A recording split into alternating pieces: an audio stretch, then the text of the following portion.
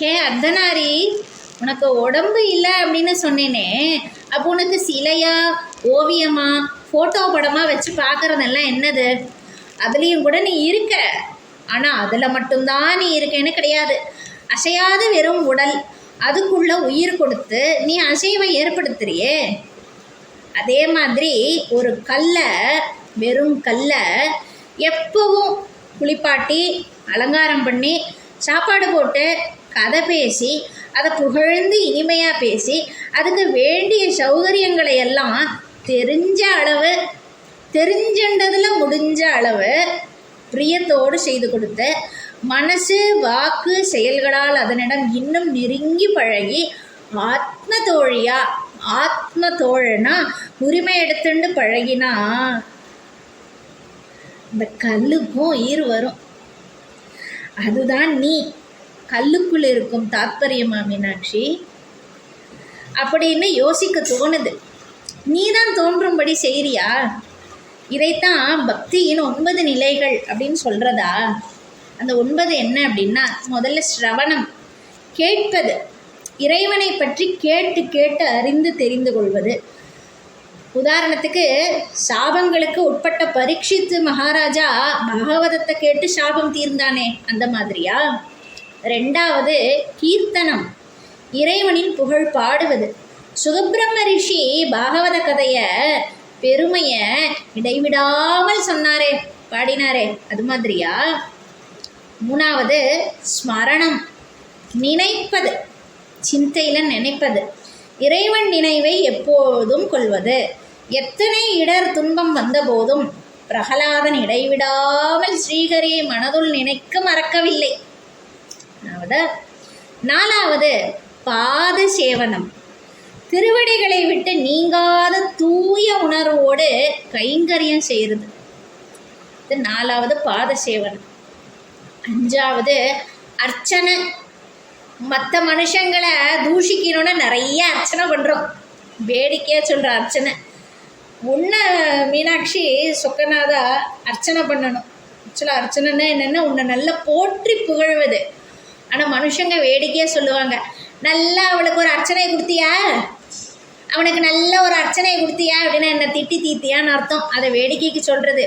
ஆனால் பக்தி நிலைப்பாடில் அந்த வழிகளில் நிலைகளில் 5வதா அர்ச்சனை, அதாவது எப்பொழுதும் உன்னை போற்றி போற்றி சொல்வது, உன்னை போற்றுவது. அடுத்தது 6வது வந்தனம். இந்த சரீரம் இறைவன் கொடுத்தது, எனவே உடலோடு உள்ளத்தையும் உனக்கு அளித்தேன் அப்படின்னு சாஷ்டாங்கமாக இறைவனை வணங்குவது, அக்ரூரர் மாதிரி. அடுத்தது 7வது தாசியம், தாசி மாதிரி தெய்வத்துக்கிட்ட பக்தி செலுத்துறது, அன்பு செலுத்துறது. எப்பொழுதும் இறைவனுக்கு தம்மை அடிமையாக கருதி பணிவிடை செய்வது. அனுமான் தாசியம் மாதிரி பக்தி செலுத்தினார். யார்கிட்ட? சீதாராமன் கிட்ட. தாசான தாசன் அனுமான்.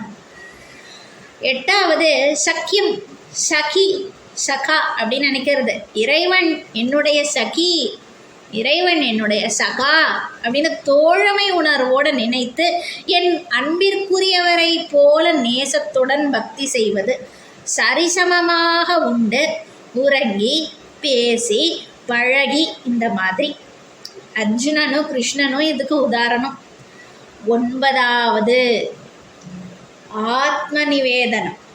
இந்த உடல், உள்ளம், மனம், அதான், அப்புறம் ஹிருதயம், அறிவு, புத்தி,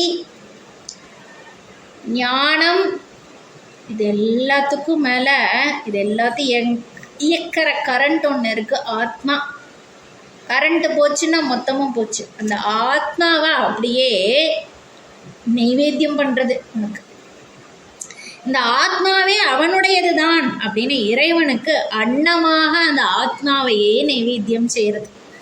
தன் உடல், பொருள், ஆவி இன்னும் அனைத்தையும் தந்த மகாபலி சக்கரவர்த்தி. சரி, இந்த பிரம்ம தத்துவத்தை ஒரு பாட்டில் தெலுங்கு தேசத்தில் ஃபாதர் ஆஃப் மியூசிக் அப்படின்னு சொல்லப்படுற அன்னமையா தன் கீர்த்தனையில் சொல்கிறார். அவருக்கு திருமலை வேங்கடமலையான் மேலே தான் ரொம்ப பக்தி அதிகம்.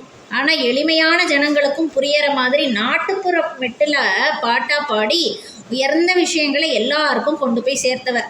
அவர் சொல்றார், பிரம்மம் ஒன்றுதான், பிரம்மம் ஒன்றுதான், பரபிரம்மம் ஒன்றுதான், ராஜாவும் சண்டாளனும் தூங்கும் தூக்கம் ஒன்றுதான், இருவருக்கும் ஏற்படும் பசி ஒன்றுதான், யானை மற்றும் நாயின் மேல் விழும் மழை துளி, சூரிய கதிர்கள் ஒன்றுதான், பிராமணனையும் சண்டாளனையும் சுமக்கும் பூமி ஒன்றுதான், பாவியையும் புண்ணியவானையும் ரட்சிக்கும் இறைவன் ஒன்றுதான், அது பரம்பொருளான பிரம்மம்தான், அந்த பிரம்மமும் ஒன்றுதான் அப்படின்னு ஒரு கீர்த்தனையில் பிரம்மமொக்கட்டே பர பிரம்மமொக்கட்டே பர பிரம்மமொக்கட்டே பர பிரம்மமொக்கட்டே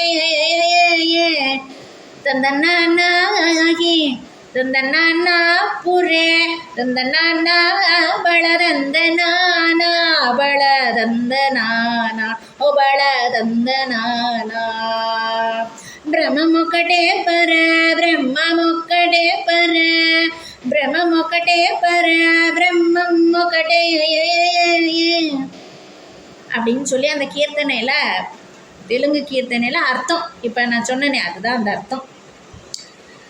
தேங்க்யூ மீனாட்சி சுந்தரமே, இதெல்லாம் எனக்கு அட்லீஸ்ட் இப்போவாவது எனக்கு தெரிய வச்சுருக்கீங்களே. இவ்வளவு காலம் இதெல்லாம் தெரியாமல் பொழுது வீணாக்கி இருக்கேனே, அதுக்கு மன்னிச்சிடு.